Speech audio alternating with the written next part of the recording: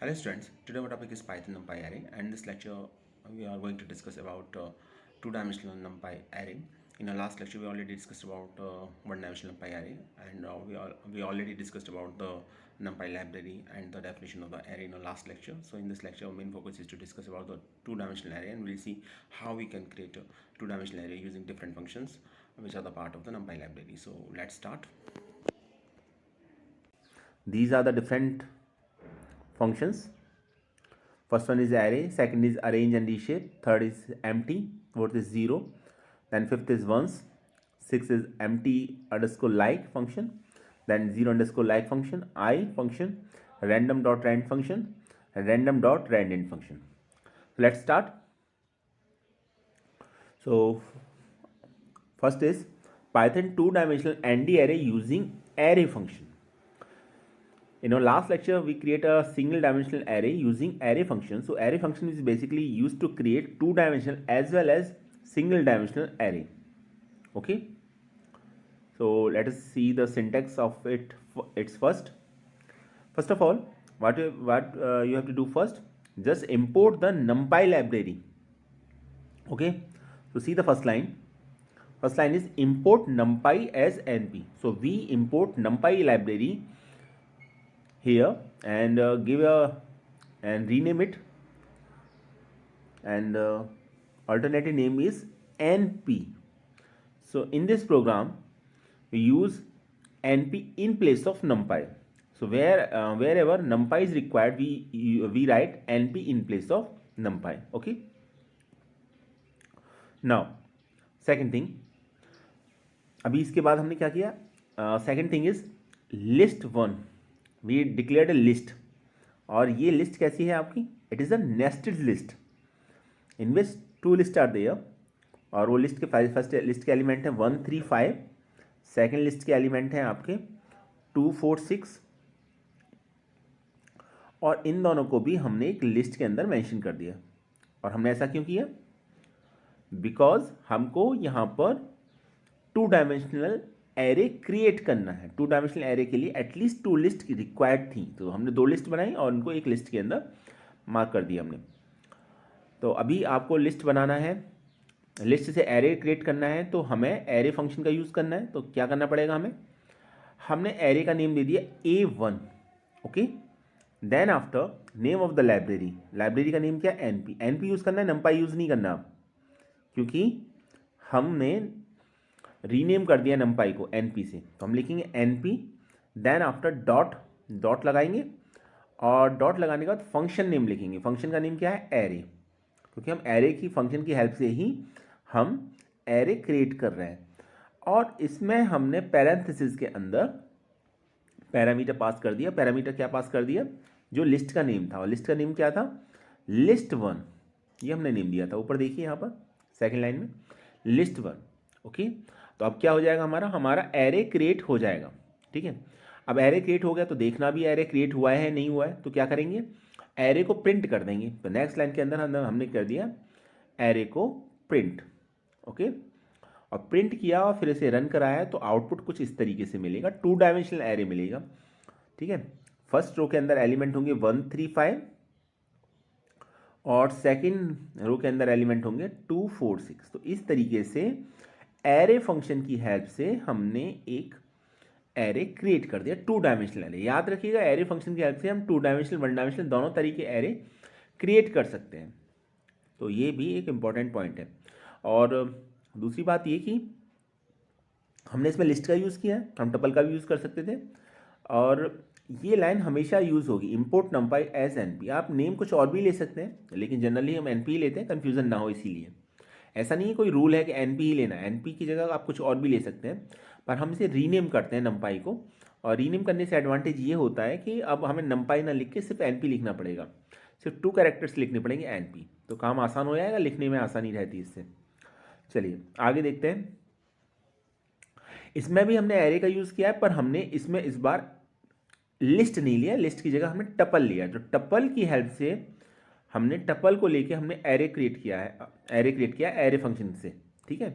तो पिछली बार लिस्ट लिया था, इस बार टपल लेंगे. पिछली बार लिस्ट को एज ए पैरामीटर पास किया था, पैरामीटर वैल्यू, इस बार लिस्ट को पास ना करके हमको टपल को पास करना है, बाकी सब चीज़ें सेम ही है। तो import NumPy is NP, as usual जैसे हम लिखते हैं वैसे हम लिखेंगे इसको, ठीक है। तो अब जहाँ कहीं भी हमको नंपाई लिखना होगा हम नंपाई की जगह एनपी लिखेंगे। उसके बाद टी1 देखिए, टी1 क्या है, आपका एक टपल का नेम है, तो इसमें वैल्यूज़ पास कर देंगे, ठीक है। चूँकि हमें 2 डायमेंशनल बनाना है तो हमें इसमें ये ध्यान रखना है कि एटलीस्ट 2 वैल्यूज़ तो हों कम से कम इसके अंदर। तो हमने 2 4 फर्स्ट पेयर लिया, उसके बाद हमने सेकंड पेयर लिया, टपल की फॉर्म में पेयर लिया 3 5, ठीक है। उसके बाद फिर एक और पेयर लिया, हमने ले लिया 6 4, कितने भी ले सकते हैं, और उसके बाद ले लिया हमने 5 6, और ये सभी वैल्यूज़ को खुद हमने एक टपल के अंदर मार्क कर दिया, ठीक है। तो एक सिंगल टपल हो जाएगा, और इस सिंगल टपल के अंदर जो इसके एलिमेंट है वो खुद टपल की फॉर्म में प्रेजेंट रहेंगे, as it means nested tuple है। तो अब इसको अगर हम पास कर देंगे as a parameter value array function के अंदर तो क्या होगा, ये समझना होगा अब हमको। देखिए क्या होगा,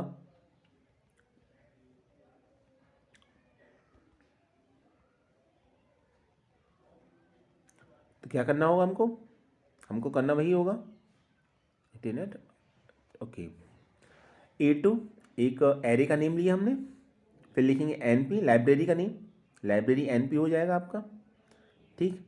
लाइब्रेरी के बाद डॉट लगाएंगे, डॉट लगाने के बाद फंक्शन का नेम लिखेंगे, फंक्शन का नेम क्या है यहाँ पर, एरे, ठीक है। और पास कर देंगे पैरामीटर वैल्यू टपल, पिछली बार लिस्ट पास किया था तो लिस्ट की हेल्प से एरे बनाया था, तो लिस्ट हो या एरे, एरे फंक्शन की हेल्प से आप एरे क्रिएट कर सकते हैं, तो उससे कोई फ़र्क नहीं पड़ता। तो ये एक एग्जाम्पल सिर्फ इसी बात को समझाने के लिए दिया गया है, ठीक है। तो अभी एरे क्रिएट हो जाएगा। अब एरे क्रिएट हो गया है तो एरे को प्रिंट भी करना होगा, तभी पता चलेगा एरे आपका क्रिएट हुआ है या नहीं, ठीक है। तो नेक्स्ट लाइन के अंदर फिर हमने प्रिंट स्टेटमेंट दे दिया, देखिए हमने लिखा प्रिंट A2, और जब प्रिंट किया तो फिर हमारा ये एक एरे बन गया, एरे के जो भी एलिमेंट्स थे टपल के एलिमेंट्स थे वो एरे में कन्वर्ट हो जाएंगे, ये देखिए, ठीक है। फर्स्ट एलिमेंट हो जाएंगे 2 4, फिर आ जाएगा आपका 3 5, देन आपका 6 4, और लास्ट में कितना आएगा 5 6, तो ये सभी एरे के एलिमेंट्स बन जाएंगे आपके। तो मेन इंपॉर्टेंट बात यह है इसमें कि एरे फंक्शन की हेल्प से हम एरे क्रिएट कर सकते हैं। हमारे पास जो डेटा होगा वो लिस्ट में की फॉर्म में, टपल की फॉर्म में, इससे कोई फ़र्क नहीं पड़ता, दोनों ही केसेस में हम एरे क्रिएट कर देते हैं एरे फंक्शन की हेल्प से, ठीक। नेक्स्ट पॉइंट देखिए, अब बात करते हैं एक और फंक्शन की, फंक्शन का नाम है अरेंज फंक्शन, ठीक है। और इसमें आप एक बात और याद रखिएगा कि अरेंज फंक्शन में हमें, अरेंज फंक्शन के साथ हमें रीशेप फंक्शन यूज़ करना पड़ता है। तो सिर्फ अरेंज फंक्शन की हेल्प से आप एरे क्रिएट कर लें, ठीक है, 2 dimensional, that is not possible. Arrange के साथ आपको रीशेप यूज़ करना पड़ेगा 2 डायमेंशनल बनाने के लिए, उसको देखेंगे कैसे। तो पहले तो हमें अरेंज फंक्शन की हेल्प से एक सिंगल डायमेंशनल एरे बनाना पड़ेगा, और जब हमारा सिंगल डायमेंशनल एरे बन जाएगा तो फिर हम उसे रीशेप करेंगे, उसका शेप चेंज करेंगे, ठीक है। उसमें नंबर ऑफ रोज और नंबर ऑफ कॉलम्स को बढ़ा सकते हैं हम अपने अकॉर्डिंग, तो वो 2 डायमेंशनल बन जाएगा ऑब्वियसली, क्योंकि अरेंज फंक्शन से तो सिंगल डायमेंशनल एरे ही क्रिएट होगा। देखिए कैसे करेंगे, सबसे पहले लिखेंगे import numpy as np, as usual जिससे लिखा जाता है वैसे लिखेंगे इसको, import numpy as np। np एक नेम है किसका, numpy का, तो अब हमको numpy नहीं लिखना प्रोग्राम में, अब हमको numpy की जगह np लिखना है। import किया जाता है लाइब्रेरी को, लाइब्रेरी के किसी भी लाइब्रेरी के फंक्शन को एक्सेस करना है आपको तो आपको उसको इंपोर्ट करना पड़ेगा। जैसे पांडास के लिए पांडास को इंपोर्ट करते हैं, numpy के लिए हम numpy को इंपोर्ट करते हैं, मैटप्लॉटलिब के लिए हम मैटप्लॉटलिब को इंपोर्ट करते हैं, ठीक है। तो यहाँ पर हमने numpy को इंपोर्ट किया है और उसे एक नेम दे दिया है np, और numpy लाइब्रेरी के किसी भी फंक्शन को एक्सेस करने के लिए हमें पहले लाइब्रेरी का नेम लिखना पड़ेगा, उसके बाद डॉट लिखना पड़ता है, और उसके बाद फंक्शन का नेम लिखना पड़ता है। फंक्शन में जैसे ही पैरामीटर्स वैल्यू वो हमें पास करनी पड़ती हैं। तो ये सिंपल प्रोसीजर, हर बार हम इसी को फॉलो कर रहे हैं, इस बार भी हम सेम प्रोसीजर फॉलो करेंगे। तो हमने लिखा import numpy as np, अब numpy यहाँ पर लाइब्रेरी है, np numpy का एक और हमने रीनेम कर दिया है, तो हमको np लिखना होगा, numpy नहीं लिखना होगा प्रोग्राम में। अगर हम सिर्फ इतना लिखते हैं import numpy तो हमको numpy लिखना पड़ता, लेकिन हमने as np लिखा है तो अब ये रीनेम हो गया numpy, अब हमको np ही लिखना पड़ेगा। तो सबसे पहले एक एरे क्रिएट कर लेते हैं, सिंगल डायमेंशनल एरे। तो हमने नेम दे दिया उसका A1, ठीक है। और जैसा मैंने बताया था आपको, पहले लिखना पड़ेगा NP लाइब्रेरी का नेम, उसके बाद डॉट लगाना पड़ेगा और उसके बाद अरेंज, ठीक है, अरेंज फंक्शन लिखना पड़ेगा। लिखा हुआ है, आप यहाँ भी देख सकते हैं और यहाँ भी देख सकते हैं। अब अरेंज करना है तो स्टार्ट पॉइंट बताना पड़ेगा। स्टार्ट पॉइंट मान लीजिए मैंने दे दिया 1, एंड पॉइंट बताना पड़ेगा, एंड पॉइंट दे दिया 20, और फिर स्टेप वैल्यू, स्टेप वैल्यू का मतलब इंक्रीमेंट या डिक्रीमेंट, तो वो दे दिया मैंने 2। तो 1 से स्टार्ट होगा, 20 तक जाएगा 2 का इंक्रीमेंट के साथ, ठीक है। तो ये हमारा आपका एक एरे बन गया। अब हम इसको प्रिंट कराएंगे, तो प्रिंट कराएंगे तो प्रिंट हो जाएगा ये 1 डायमेंशनल एरे, ओके। लेकिन 1 डायमेंशनल एरे बनेगा। अब हम इसको 2 डायमेंशनल एरे बनाना है। तो 2 डायमेंशनल एरे कैसे बनेगा? 2 डायमेंशनल एरे बनाने के लिए पहले तो हम एरे को एक नेम देंगे। एरे को नेम दे दिया मैंने A2, और जिस एरे को हमें कन्वर्ट करना है 2 डायमेंशनल में, उसको देंगे हम नेम पहले, तो उसका नेम है A1, और फिर उसके बाद डॉट लगाएंगे और उसके बाद लिखेंगे फंक्शन। फंक्शन का नाम हो गया रीशेप, और जो भी आपको उसे रीशेप करना है उसकी डायमेंशन या जो भी शेप देंगे, शेप का साइज देंगे, वो आप यहाँ मेंशन कर दीजिए। मान लीजिए मैं 5 रोज और 2 कॉलम चाहता हूँ। पहले रो मेंशन की जाती है हमेशा, याद रखिएगा। तो मैंने लिख दिया रीशेप 5,2। तो अब ये जो सिंगल डायमेंशनल एरे है ये 5 रोज और 2 कॉलम्स में कन्वर्ट हो जाएगा आपका। उसके बाद आप इसको प्रिंट कराना चाहें प्रिंट करा सकते हैं, कराया भी गया है। प्रिंट 2 डायमेंशनल एरे लिखा गया है प्रिंट A2, तो ये आपका प्रिंट हो जाएगा। चलिए देखते हैं आउटपुट देख के आपको समझ में आएगा। देखिए 1 डायमेंशनल एरे था, ये अरेंज की हेल्प से कराया था हमने। 1 से स्टार्ट होगा, 19 तक गया है, 20 तो इंक्लूड होगा नहीं इसमें, वैसे भी 2 का इंक्रीमेंट था। तो 2 डायमेंशनल एरे, तो हमने इसको क्या किया था, हमने इसको किया था 5,2, इट मीन्स 5 रोज और 2 कॉलम्स, ठीक है। तो ये इस तरीके से आएगा 1 3, देन 5 7, देन 9 11, 13 15, 17 19, ठीक है। इस तरीके से ये रीशेप हो जाएगा। आई थिंक अब आपको समझ में आ गया होगा। इंपॉर्टेंट बात ये है इसमें कि आप सिर्फ अरेंज फंक्शन की हेल्प से 2 डायमेंशनल एरे नहीं क्रिएट कर सकते। आपको अगर 2 डायमेंशनल एरे क्रिएट करना है, हमने 1 डायमेंशनल एरे में देखा था, अरेंज की हेल्प से हमने 1 डायमेंशनल एरे क्रिएट किया था। यहाँ भी हमने 1 डायमेंशनल एरे ही क्रिएट किया है, और 1 डायमेंशनल एरे को अगर हमें 2 डायमेंशनल एरे में कन्वर्ट करना है तो हमें उसके साथ रीशेप फंक्शन को यूज़ करना पड़ेगा। रीशेप फंक्शन उसका शेप चेंज कर देगा, इसलिए इसे रीशेप बोला जाता है। जैसे हमने यहाँ पर किया 5,2, इट मीन्स 5 रोज और 2 कॉलम्स। ये भी याद रखिएगा, पहले रो लिखते हैं फिर कॉलम लिखते हैं, और नंबर ऑफ एलिमेंट्स उतनी ही होनी चाहिए। इसमें नंबर ऑफ एलिमेंट्स कितने थे? 10 थे। और जब हमने रीशेप 5,2 लिखा तो 5 × 2 कितना होगा? 5,2 भी 10 ही होगा। तो ये भी हमको याद रखना है। चलिए आगे देखते हैं। Python 2D ND array using empty function. अब जैसा इसका नेम है एम्प्टी, तो अगर आपको एक एम्प्टी एरे क्रिएट करना है तो एम्प्टी फंक्शन की हेल्प से क्रिएट कर सकते हैं। नेम भी एम्प्टी है फंक्शन का, ठीक है। तो पहली लाइन तो जो हमने लिखा था वही लिखेंगे हम इस बार भी, import numpy as np। Next line देखिए, हमने लिखा np.empty, लेकिन empty भी होगा तो उसका एक उसका डायमेंशन तो होंगी, इसका साइज तो होगा कुछ ना कुछ, कितनी रो कितनी कॉलम होंगे ये तो बताना पड़ेगा हमें। तो उसमें अगर हम 3 कॉलम और 2 रोज चाहते हैं तो हम लिखेंगे 3,2, ठीक है। और आप डेटा टाइप चाहते हैं तो डेटा टाइप भी लिख दीजिए उसका। डेटा टाइप के लिए पैरामीटर का नाम है डी टाइप। अब आप कहेंगे जब एम्प्टी है तो डेटा टाइप का क्या मतलब है? सही क्वेश्चन है। देखिए जब एम्प्टी होगा तो एक्चुअली में वो गार्बेज जो वैल्यू होगा वो शो करेगा, ठीक है। तो बनेगा तो सही वो, लेकिन वो गार्बेज दिखाएगा।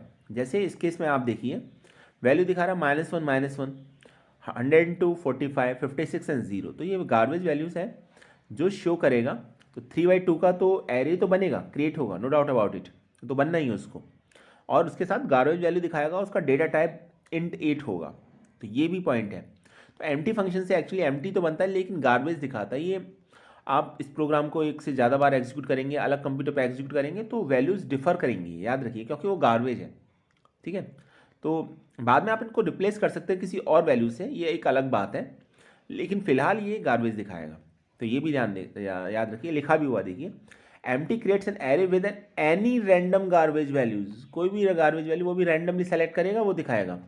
और अगर आप डेटा टाइप नहीं लिखेंगे तो data type by default float होगा। मैंने यहाँ पर इंट दे दिया था, इसलिए इंटीजर टाइप की वैल्यू शो कर रहा है, तो ये भी आप याद रखिएगा। तो एम्प्टी से एम्प्टी एरे क्रिएट होता है विद गार्बेज वैल्यूज। और साइज मेंशन करना ज़रूरी है, साइज तो देना ही पड़ेगा हमको। चलिए आगे देखते हैं एक और method, Python 2 dimensional array using zeros function. Function का नाम है जीरोस, तो नाम से ही कुछ समझ में आ रहा होगा आपको। अगर आपको फंक्शन में जो वैल्यूज़ हैं वो ज़ीरो की फॉर्म में चाहिए, ठीक है, तो हम उसके लिए एक फंक्शन है ज़ीरोस, उससे बनाते हैं। एम्प्टी से याद रखिएगा गार्बेज वैल्यू आ रही थी, लेकिन अगर आप ये चाहते हैं कि इसमें सभी वैल्यू ज़ीरो हों तो उसके लिए क्या करना पड़ेगा, देखिए ज़रा जीरोस फंक्शन का ऐसे यूज़ करेंगे, सिंपल है, एम्प्टी की तरह ही यूज़ करेंगे, कुछ खास डिफरेंस नहीं है, बस फ़र्क सिर्फ इतना है, अब गार्बेज की जगह ज़ीरो वैल्यूज़ आएंगी, तो फर्स्ट प्लान तो वही होगी। इम्पोर्ट नम्पाई से एनएनपी, इसको मैं पहले ही बता चुका हूँ, एक बार फिर बता देता हूँ। यहाँ पर लाइब्रेरी इम्पोर्ट नम्पाई को इम्पोर्ट किया हमने और उसे रीनेम कर दिया एनपी से। तो अब इस प्रोग्राम में जहाँ कहीं भी मुझे नम्पाई यूज़ करना होगा तो नम्पाई की जगह मुझे एनपी लिखना होगा। नेक्स्ट लाइन देखिए, a1 is equal to N P dot zeros 3,2, ठीक।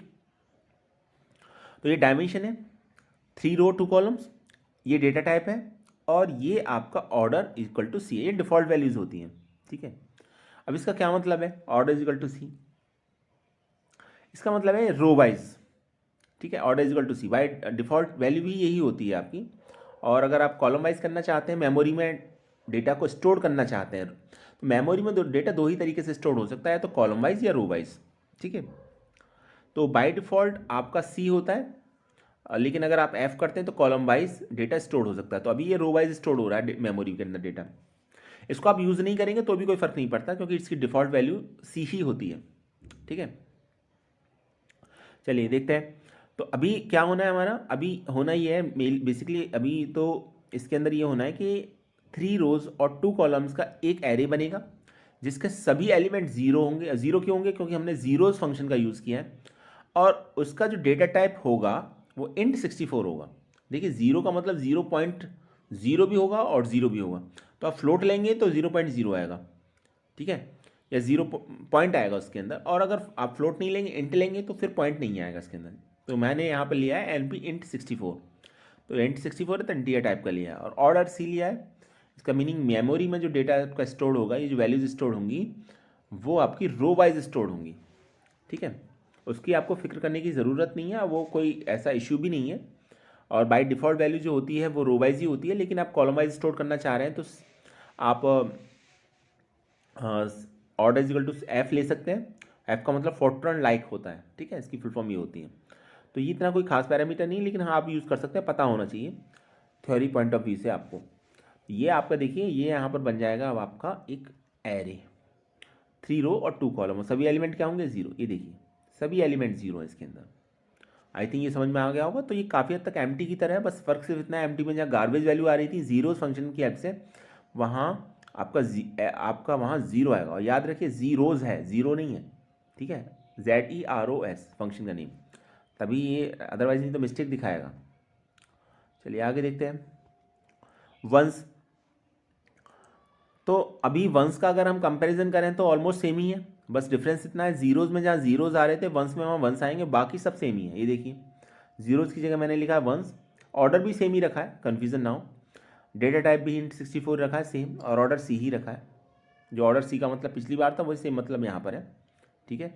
मेमोरी में डेटा कैसे स्टोर होगा, रो वाइज या कॉलम वाइज, तो बाई डिफॉल्ट रो वाइज होता है, तो ऑर्डर सी रो वाइज डेटा को रिफ्लेक्ट कर रहा है।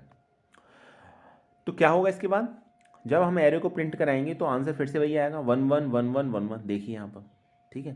तो एक्चुअली क्या है, इससे एरे क्रिएट होगा, और एक ऐसा एरे क्रिएट होगा जिसके सभी एलिमेंट 1 होंगे, ये इंपॉर्टेंट बात है।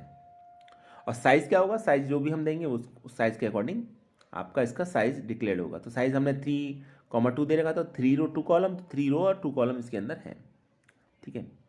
तो ये आपको समझ में आ गया होगा। तो 0 1 और एम्प्टी ये तीनों एक जैसे ही हैं लगभग ऑलमोस्ट।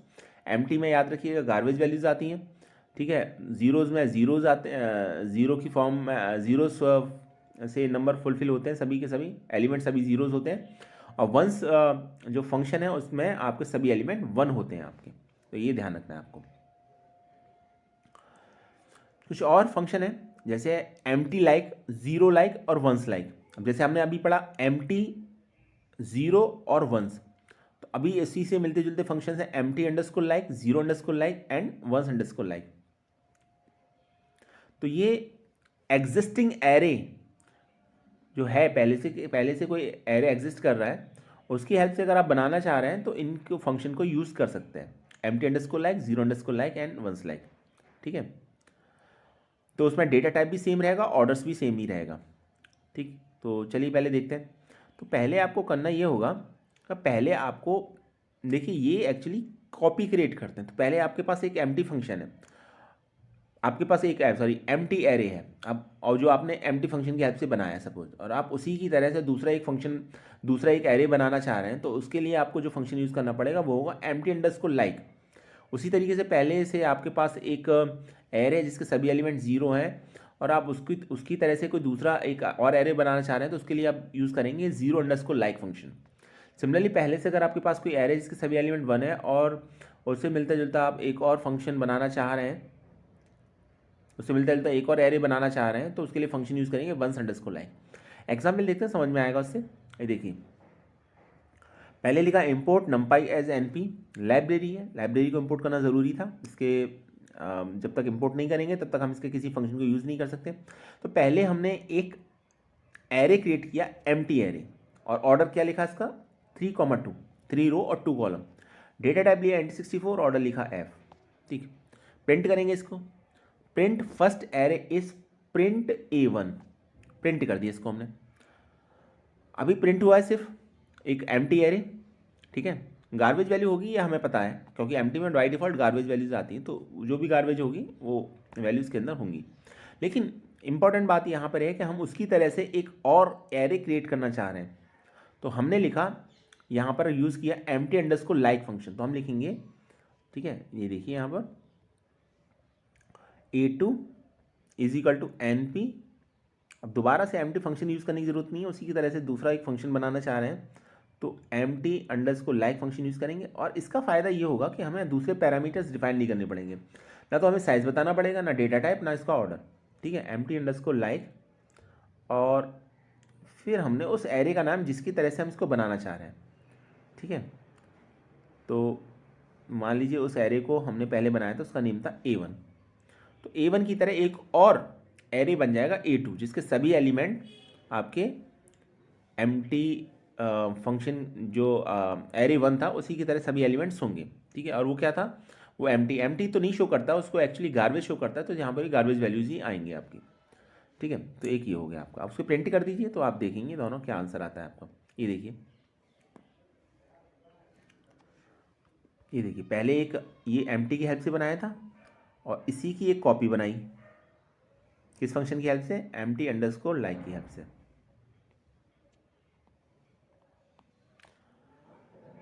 उसी की तरह से ये बन गया आपका। ठीक है, ऐसे ही वंस सेम आपका जीरो अंडरस्कोर लाइक और वंस अंडरस्कोर लाइक है। तो पहले से अगर कोई ऐसा एरे है जिसके सभी एलिमेंट जीरो हैं, इसके सभी एलिमेंट 1 है, और आप उसकी कॉपी बनाना चाह रहे हैं, तो दोबारा से डिफाइन करने की ज़रूरत नहीं है, जीरो अंडरस्कोर लाइक और वंस अंडरस्कोर लाइक की हेल्प से आप उसको डिफाइन कर सकते हैं। एग्जाम्पल देने की ज़रूरत नहीं है, आई थिंक आप कर लोगे इसको, उसमें कोई बड़ी बात नहीं है। ठीक है, बिल्कुल इसी की तरह से सेम प्रोग्राम रखना है, बस ऊपर जो A1 है उसमें आपको ज़ीरोज़ लिखना है, फिर जहाँ आपका एम्प्टी अंडरस्कोर लाइक है वहाँ ज़ीरोज़ अंडरस्कोर लाइक लिखना है, तो प्रोग्राम में उसी तरीके से कॉपी बन जाएगी आपकी। ठीक है, आगे देखते हैं। और अगर वंस की हेल्प से बनाना चाह रहे हैं तो वंस लिखिए, और A2 को वंस अंडरस्कोर लाइक की हेल्प से बनाइए, तो सेम आपका कॉपी बन जाएगी यहाँ पर। आगे देखते हैं, आई फंक्शन समझिए। अब ये आई फंक्शन क्या है, ये एक्चुअली में जो आपका एरे क्रिएट करेगा, इसमें आपकी नंबर ऑफ़ रोज और नंबर ऑफ़ कॉलम्स बराबर होंगे, ये इसकी एडवांटेज है। तो क्या करना होता है, हमें करना वही होता है, पहले तो हमें इंपोर्ट नंपाई एज NP ये लिखना पड़ेगा। NP को NP रीनेम, NP का मतलब ये है यहाँ पर कि हमने numpy को रीनेम किया है और एक और नेम दिया है np। तो जहाँ कहीं भी प्रोग्राम में मुझे numpy यूज़ करना पड़ेगा, numpy की जगह मुझे np लिखना होगा। ठीक है, तो आई फंक्शन की हेल्प से देखिए, तो मैंने लिखा यहाँ पर a1 is equal to np dot eye, ये लिखा, और यहाँ लिख दिया 3। तो होगा ये 3x3 का एक एरे बनेगा। ठीक है, और दूसरी पहचान इसकी ये होती है कि 3x3 का एरे तो बनेगा और उसके सभी डायगोनल एलिमेंट 1 होंगे, सभी डायगोनल एलिमेंट, और रेस्ट जितने भी एलिमेंट होंगे वो 0 होंगे। तो ये आई फंक्शन की पहचान है। तो इसमें 3 काम एक साथ होते हैं। जब कभी भी हम आई फंक्शन की हेल्प से कोई एरे क्रिएट करते हैं तो नंबर ऑफ रोज और नंबर ऑफ कॉलम्स हमेशा बराबर होते हैं, पहली बात। दूसरी बात, डायगोनल एलिमेंट 1 होते हैं, और third important thing is that all other rest element are 0। तो बाकी बचे हुए जितने भी एलिमेंट होंगे वो सब 0 होंगे। तो ये आई फंक्शन की हेल्प से हम इस तरीके से 2 डायमेंशनल एरे क्रिएट कर सकते हैं। ठीक है, तो ये देखिए आप, ये एक एरे बना है यहाँ पर, और इसमें डायगोनल एलिमेंट 1 है, रेस्ट एलिमेंट 0 है। डिफ़ॉल्ट डेटा टाइप फ्लोट है, इसलिए पॉइंट करके आंसर शो कर रहा है इसमें।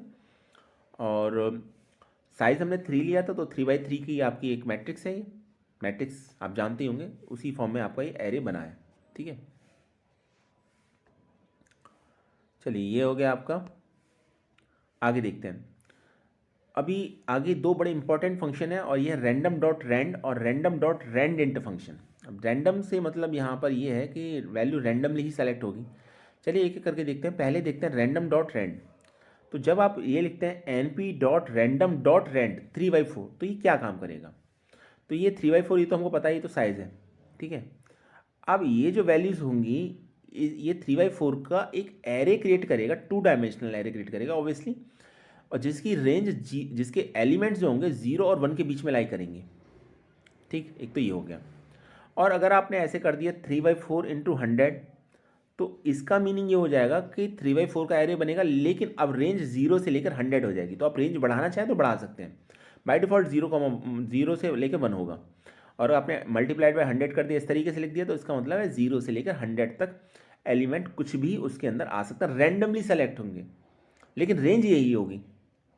ठीक, रेंडेंट थोड़ा सा अलग है। हमें क्या करना पड़ता है, ये स्मॉल n बनेगा यहाँ पे, ये ध्यान रखिएगा। ठीक, np dot random dot randint 5, size 3,4। तो इसमें एक बात तो ये तय हो गई कि साइज तो 3,4 ही रहेगा। इट मीन्स 3 रोज रहेंगी, 4 कॉलम्स रहेंगे, लेकिन जो एलिमेंट्स रहेंगे वो क्या रहेंगे, उनकी जो रेंज होगी वो 0,4 होगी। यहाँ पर देखिए हमने क्या लिया था, 5 लिया था, तो 5 इंक्लूड नहीं होगा, 5 एक्सक्लूड होगा, और स्टार्टिंग पॉइंट क्या होगा 0, एंडिंग पॉइंट क्या होगा 4। तो 0 से लेकर 4 तक के बीच में कोई भी नंबर इसके अंदर सेलेक्ट हो जाएंगे, तो वही नंबर आपके शो होंगे। ठीक है, आगे देखते हैं एक एग्जांपल के थ्रू। ये देखिए, import number is np, first line लिखी a1 np dot random Rand 3,4, तो 3x4 का एक एरे बनेगा। ठीक है, एलिमेंट्स उसके 0 से लेकर 1 के बीच में कुछ भी हो सकते हैं। तो ये देखिए प्रिंट इस तरीके से करेगा, मैं आंसर दिखा देता हूँ आपको। ये देखिए 3x4 का एरे है ये, और एलिमेंट 0 और 1 के बीच में है। ये देखिए 0.95 मैक्सिमम वैल्यू है इसमें। ओके, एक तो काम ये हुआ। लेकिन जब आपने लिखा np dot random dot rand 3,4 into 100, तो रेंज अब 0 से लेकर 100 तक हो जाएगी, यानी एलिमेंट्स होंगे मिनिमम 0 और मैक्सिमम 100 हो सकता है। ये देखिए, ये यहाँ देखिए सेकंड एरे के ये एलिमेंट्स आ गए आपके। ओके, स्पेस नहीं था इसलिए ये नेक्स्ट लाइन के अंदर शो कर रहा है। 3x4 का एरे, लास्ट मैक्सिमम वैल्यू देखिए 90 है, और ये रैंडमली सेलेक्ट होगा। ठीक है, याद रखिएगा ये। तो ये आप अगली बार प्रोग्राम को एग्जीक्यूट करेंगे तो आंसर डिफर करेगा, लेकिन रेंज यही रहेगी आपकी, सेम रहेगी। आगे देखिए, फिर आपने लिखा है यहाँ पर np dot random dot rand int 5, size 3। तो साइज तो 3 रहेगा, 2,3 मीन्स 2 रो और 3 कॉलम्स, और रेंज यहाँ पर जहाँ तक रेंज की बात है तो 5 लिखा है। 5 का मतलब 0 से लेकर 4 तक के एलिमेंट्स इसका पार्ट होंगे। ठीक है, इसको प्रिंट करेंगे तो इस तरीके से आंसर आएगा। ये देखिए 2, 3, 1, ये नीचे लाइन आपकी है नहीं, थोड़ा सा कट हो रहा है यहाँ पर, तो 2, 3, 1। ठीक है, मान लीजिए ये वैल्यू है आपकी 1, 2, 3। तो कुछ इस तरीके से प्रिंट होगा ये। 4 भी आ सकता है इसमें, तो ये भी याद रखिएगा। तो इस तरीके से ये एक एरे क्रिएट हो जाएगा। तो इन दोनों में डिफरेंस करना बहुत इंपॉर्टेंट है, रैंडम डॉट रैंड और रैंडम डॉट रैंड इंट। ठीक है, ये इसका एग्जाम्पल था जो मैंने आपको अभी बताया थोड़ी देर पहले। आई होप अभी आपको क्लियर हो गया होगा, समझ में आ चुका होगा। Thanks for watching this video.